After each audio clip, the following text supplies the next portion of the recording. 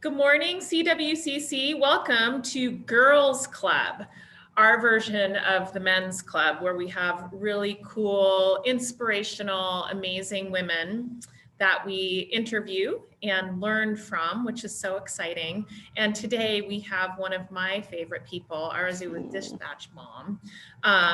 We've known each other for what? A couple years, a year and a half? I don't know. I just remember meeting over tacos and we couldn't stop talking. So Yeah, it's been a couple years, I think. Yes. Yeah, well, I'll never forget that conversation with you because it was so inspirational for me with, sort of the plight that we're all working on together to get more women into CEO roles. And I'll never forget your face when you looked over at me and you said, I'm going to be a CEO. I'm going to make this happen. And I want her in my world.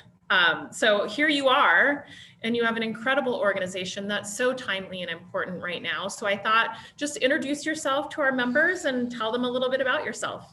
Okay, thank you. And Kristen, by the way, the feeling is very much mutual. You're one of my favorite people, and I feel honored to know you and to especially know that you wanted me in your circle.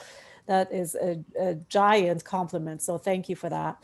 So my name is Arezou Zarafshan, and I'm an immigrant. I moved to the US when I was 18 years old, and I came to the US to go to college, and I never left. And let's see, what did I do? What have I done in my life? I've been, majority of my professional life, I've been a corporate executive. Mm-hmm. So I've been in Fortune 10 all the way down to the smallest enterprise that I worked for was $1 billion in the annual revenue. And from there, I got launched into the startup scene and started learning about what's that all about. I co-founded a startup with a couple other women several years ago. Unfortunately, that didn't materialize.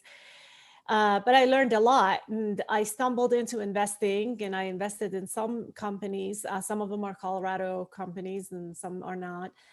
But my thirst to be a CEO has been there for many years, for about 10 years. And the reason why a lot of people ask me, why have I wanted to be a CEO so badly? And the reason is it provides a platform for me, at least, to be able to give. And I've seen in all of my many years of experience in corporate that is such a visible platform. I know that in reality, board has even more power than the CEO. It's true. And I'm not saying I don't want to be on a board. Yes, but the CEO is the most visible individual in a company, and they have the highest level of influence in terms of just what happens within the people that work for the company and what happens in the community. And so that's been a constant driver for me to be a CEO. So I finally launched Dispatch Mom last year, and I'm the CEO of Dispatch Mom. There you go. Yes. Yeah. It's a great organization. Tell us a little bit about what it does, because I think, with the tremendous amount of departure of women in the workforce right now, your organization is so absolutely relevant. It was before, but now it's even more relevant in order to help keep women in the workforce, which we need to do so that they continue to grow. You're going to stop the leaky pipeline that we see in organizations. So tell us about Dispatch Mom. It's not a leak anymore. It's a giant hole. Yeah. I mean, it's just gushing out. Yeah. It's gushing out. So Dispatch Mom is a technology company, and it provides on-demand or scheduled services to busy moms who are generally working moms.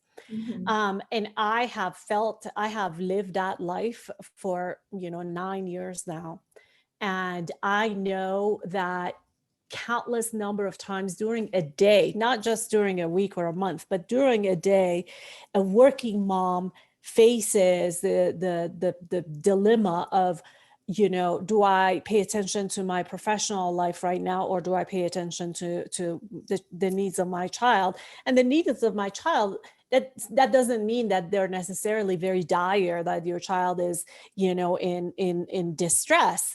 But mom, I need a snack. Well, I'm about to jump on a client Yeah, call, I've seen and so often now, even, that's even before the pandemic, but post pandemic, where we are all working from home and we're also remote schooling our children, that has really exacerbated the dilemma that moms face. agreed. And this isn't just, an opinion that I'm sharing with you, Kristen. Let me just share the stats. This came out from McKinsey back in September of last year. Mhm. On average, moms in dual working families, dual income families, moms are working 5 hours extra per day on And household I would say chores. that's on the low side. That's on average. That's on Yeah, average. That's a part-time job. That's yeah, a part-time job. 860,000 women dropped out of the workforce in September alone. In December, 160,000 jobs were lost across the US, and 100% of them were women. I Now, know. not all of them were moms, but a lot of them were. Yeah, Right now, 25% of moms are actually seriously considering downshifting their career or completely leaving the workforce. And we know that for every year out of the workforce, that is 3.5 years of income loss that the mom will never catch up on. And well, so, and the economy will never catch up on, right? I feel like sometimes business leaders read this stat and they're like, yeah, bummer, but what they're not thinking about is that lost income isn't being dumped back into the economy. And nobody's exactly talking about right. that. They're all saying, oh, it's going to come back. They're wrong. There's Correct. no way it could possibly come back with that amount of women leaving the workforce and the That's lack correct. of dual income. That's So it's just, correct. I don't think it's something on economists' radar when they're talking about people coming back to work. And so your organization is helping to sort of patch that issue, not just for COVID, but for good. For good. So For I good. can't Because wait to hear how you take off. yes, thank you, thank you. And it's going well. We provide on-demand or scheduled services to moms to manage the household. So what are those services? Cleaning, meal delivery. We're gonna actually introduce a personal chef service that somebody will come and cook your meals for the week, and these are healthy meals Mhm. that you feel good feeding your family with. Right. Um, Home organization. How many times we are just dumping stuff Yep. in a room or in our entry, in our office, because we just don't have time to deal with it. Errands, childcare. It's Um, huge right now. yeah, this is actually, I wanna bring this up because this is a very, very interesting example. So last year, before pandemic, I had a big client, and there was a management meeting that was scheduled, and I needed to go to that meeting. Mhm. And at the same time, I'm trying to remember why my son was not at school, and his father was out of town. Mhm. And so I could not leave my child, at home because he's 9. There was no school, and I was damn not going to say no to that meeting. I was going to go to Right. that meeting. Yeah, So absolutely. what They're to work. do?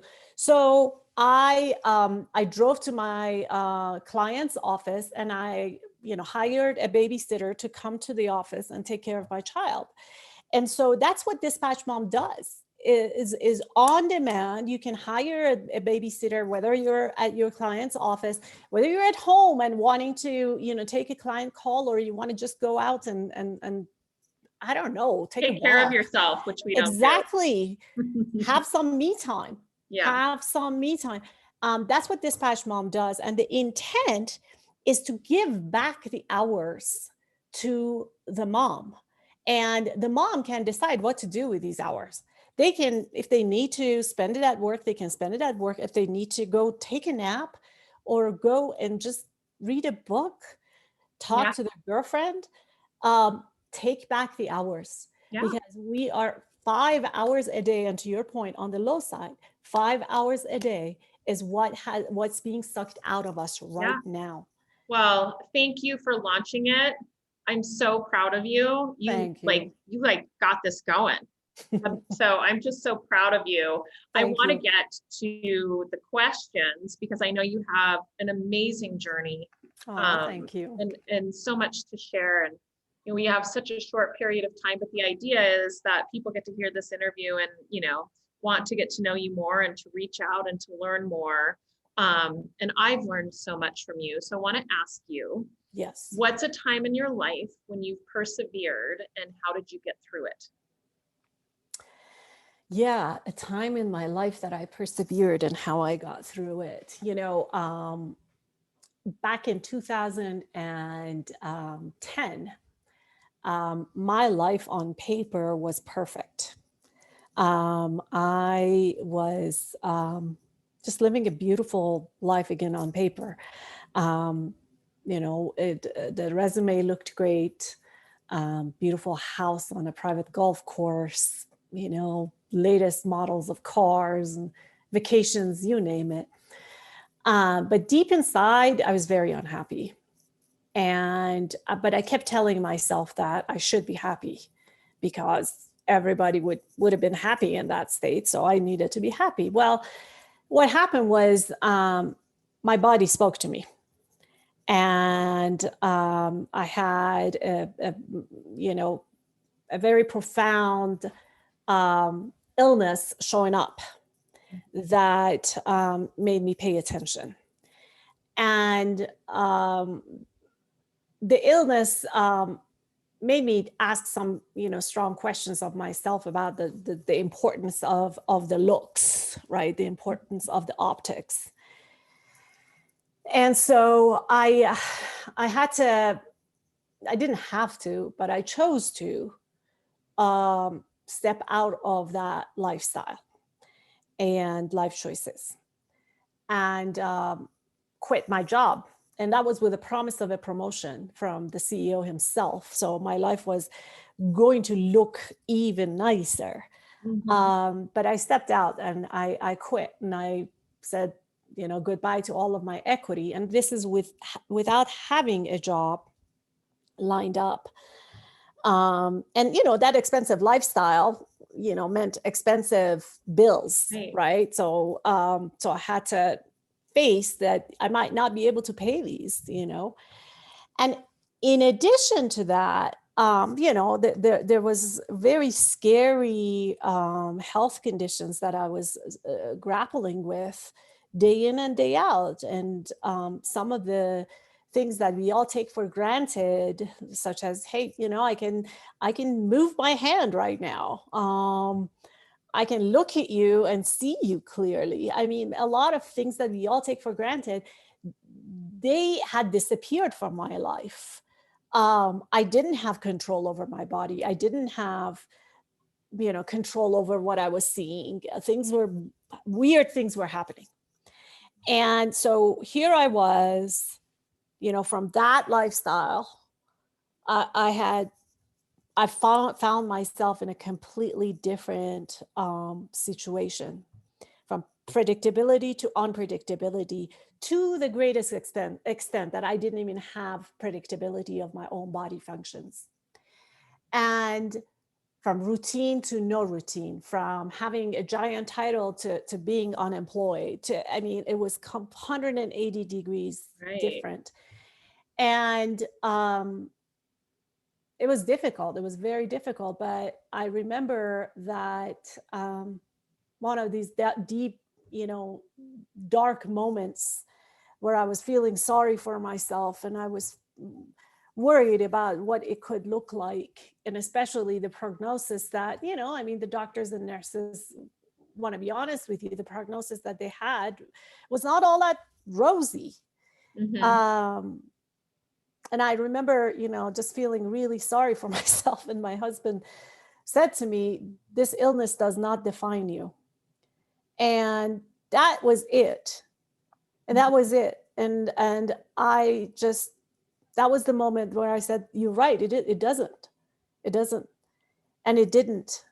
And so at that moment, I decided that I was not going to be enslaved to the optics, and I was going to make the choices that would allow me to live my life fully. And here we are. I have this image of you like breaking all this glass around you and like coming out of that scenario. And I think so often, you know, women have a mindset of like what's given to them is what they deserve, or like what they're going to stick with, or where they're going to stay, for whatever reason, right?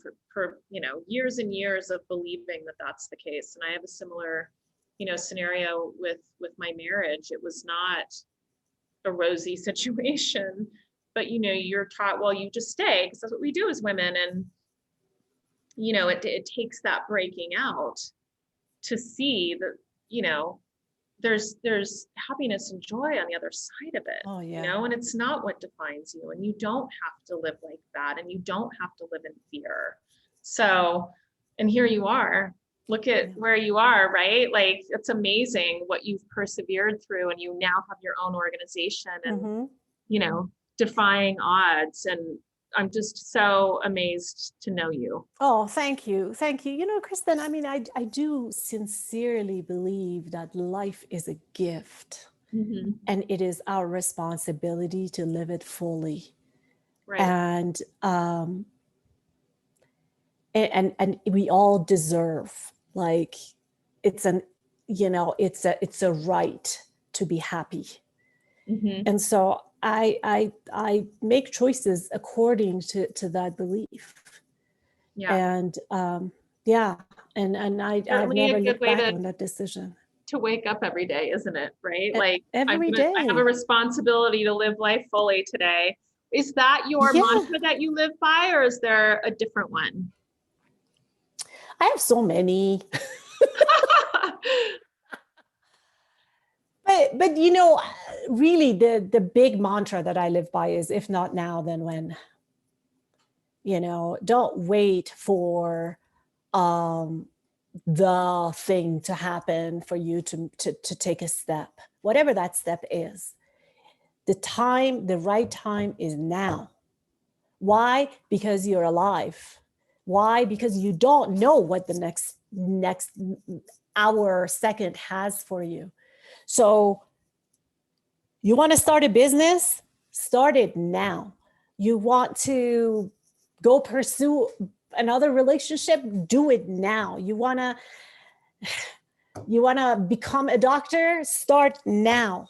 Now is the time. And that's been my mantra, you know, throughout my life is it's my responsibility to take full advantage of right this moment. And so all right, I'm doing it. I mean, don't you think? Yeah, I do. And you know, I mean, I think that COVID has brought about like a little bit of both, right? Like COVID has had some people say, I'm going to do this. I've always wanted to do it, so I'm going to do it now. Has other people putting stuff off, right? Like, well, let's just wait until COVID's over. So just do it. Like, what do you have to lose? Yeah. And you know what? You might make the wrong decision. Okay, boo-hoo, you'll learn and you'll make the right decision next time. Yeah. You can never replace time. Right. You can replace everything, but not time. Yeah. So take full advantage of it. Oh my gosh. Well, with that, we need to end on that. Okay. You are amazing. Thank you for giving us this time. And if anybody wants to get to know Arezou any further, like I'm sure you do, please reach out to me and we'll connect. Thank you for speaking to our members. Thank you for being in our CWCC universe. We're so lucky to have you a part of it. And I love it. I'm lucky to be in the tribe. Well, thank you. All right. Thank you, Kristen. Soon. Of course.